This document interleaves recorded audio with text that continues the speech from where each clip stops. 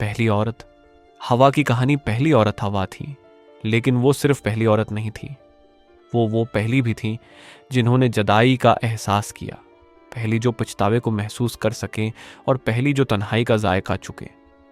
तो उनकी कहानी कैसे शुरू हुई? हवा जन्नत में फरिश्तों के दरमियान रहती थी, हैरत अंगेज खूबसूरती से खरी हुई, हर चीज़ प्रामन पाकीज़ा और कामिल थी। लेकिन एक दिन एक छोटी सी सरगोशी वसवसा ने इंसानी तकदीर का रख हमेशा के लिए बदल दिया। एक गलती ने उन्हें जन्नत के बागात से ज़मीन की खामोशी की तरफ ले जाया। जब उनका जन्नत के साथ ताल्लुक़ कटा, हवा ने खुद को तनाह पाया, जुदा की तपती धूप के नीचे आदम से दूर।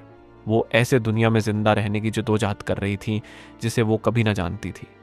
हर सांस के साथ वो अल्लाह से बख्शिश की दुआ करती रही, हर आंसू के साथ वो अल्लाह से अपने शौहर के साथ दोबारा मिलने की इल्तिजा करती रही। वो चाहती थी कि वो इस गलती की तलाफ़ी करें जो उन्होंने मिलकर की थी और अपने रब की कुर्बत में वापस जाएं। लेकिन वो ममनुआत दरख्त कौन सा था जिसने इंसानियत की तकदीर बदल दी? और कुछ लोग क्यों दावी करते हैं कि हवा से पहले एक और औरत मौजूद थी जिसका नाम लिलित था? इस्लाम हकीकत में इन दावों के बारे में क्या कहता है? आज हम हवा की भूली हुई जज्बाती सफ़र को सामने लाते हैं। पहली औरत और इंसानियत की पहली माँ, आदम की तख्लीक और तन्हाई की अब्तदा। हज़रत आदम पहले इंसान थे और अल्लाह की उस वक्त की सबसे मुअज़्ज़ज़ मखलूक थे। अल्लाह ने उन्हें मिट्टी से बनाया और अपनी रूह फूंकी। आदम जन्नत में रहते थे, बहते हुए दरियाओं, सरसब्ज मनाजर और लामतनाही खूबसूरती के दरमियान।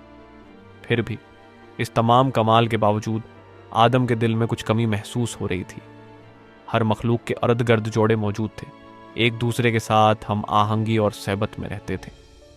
लेकिन आदम अकेले थे, कोई बात करने वाला नहीं, कोई शरीक ख्यालात नहीं। आहिस्ता आहिस्ता तन्हाई उनके दिल में गहरी बैठ गई। अल्लाह जो हर दिल के राज जानता है, आदम की तन्हाई से वाकिफ था, लेकिन उनके लिए साथी अता करने से पहले अल्लाह ने चाहा कि आदम वाकई ये महसूस करें कि अकेले होना कैसा है। हती की जन्नत में भी हवा की तख्लीक एक दिन अल्लाह ने आदम को गहरी नींद में डाल दिया। ये कोई आम नींद नहीं थी, ये तख्लीक के अजीम मौजज़ों में से एक की शुरुआत थी। जब आदम प्रस्कौन नींद में थे, अल्लाह ने उनकी पसली से एक हिस्सा लिया और उसे एक जिंदा मखलूक में बदल दिया। अल्लाह के फजल से हवा की तख्लीक हुई। जब हवा ने अपनी आंखें खोलें, वो खुद को जन्नत में पाया। उन्होंने हर तरफ सरसब्ज बागात, साफ पानी वाले दरिया और लामतनाही आसमान देखकर हैरत में मुब्तला हो गई। लेकिन इस खूबसूरती के दरमियान एक मंजर सबसे मुमताज़ था। आदिम जो उनके सामने आराम फरमा रहे थे, उन्हें जानने के बगैर ही हवा ने एक गहरा ताल्लुक़ महसूस किया। उनके दिल में एक प्रसकून और मानुस सुकून पैदा हुआ, जैसे उनकी रूह का हिस्सा पहले ही उन्हें जानता हो।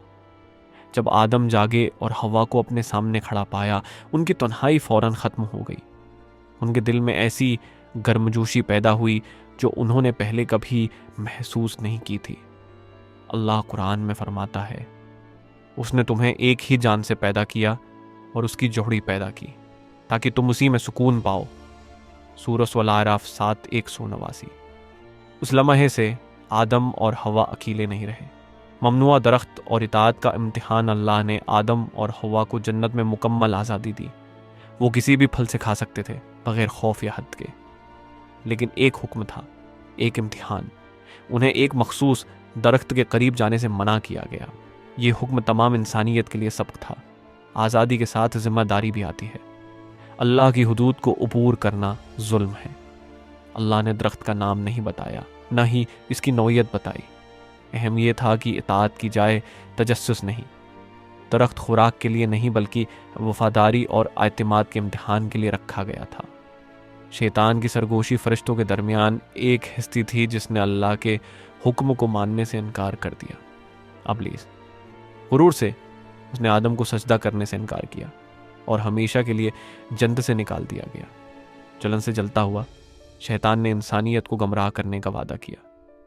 अगरचा वो जन्नत में दाखिल होने से ममनू था, लेकिन उसके पास वसूसा डालने की ताकत थी, इंसानी दिलों में शक डालना। आहिस्ता आहिस्ता वो आदम और हवा के पास आया। उसने शक पैदा किए, सच्चाई को मर दिया और अब्दैत और फरिश्ता जैसी हालत का वादा किया। आहिस्ता आहिस्ता ममनुआ दरख्त पर रगबत बढ़ने लगी और एक लम्हे के लिए आदम और हवा अल्लाह के हुक्म को भूल गए और उस दरख्त से खा बैठे। पछतावा, माफ़ी और नया आगाज जैसे ही उन्होंने नाफरमानी की, सब कुछ बदल गया। मासूमियत की जगह शर्म ने ले ली। उन्होंने खुद को पत्तों से ढांप लिया, शर्म की फितरी पहचान के साथ। अल्लाह ने उन्हें पुकारा और उनकी याद दहानी कराई। पछतावे में दबे हुए आदम और हव्वा ने अल्लाह की तरफ रुजू किया। हमारे रब, हमने अपने आप पर जुल्म किया। अगर आप हमें मुआफ़ न करें और रहम न फरमाएं तो हम यकीनन खुसारा में होंगे। उनकी तौबा खालिस थी और अल्लाह ने उसे कबूल कर लिया। लेकिन जन्नत अतात का मकाम थी और इम्तहान ख़त्म हो गया था। आदम और हव्वा ज़मीन पर भेजे गए, ना सिर्फ सज़ा के तौर पर बल्कि इंसानी तकदीर के आगाज़ के तौर पर।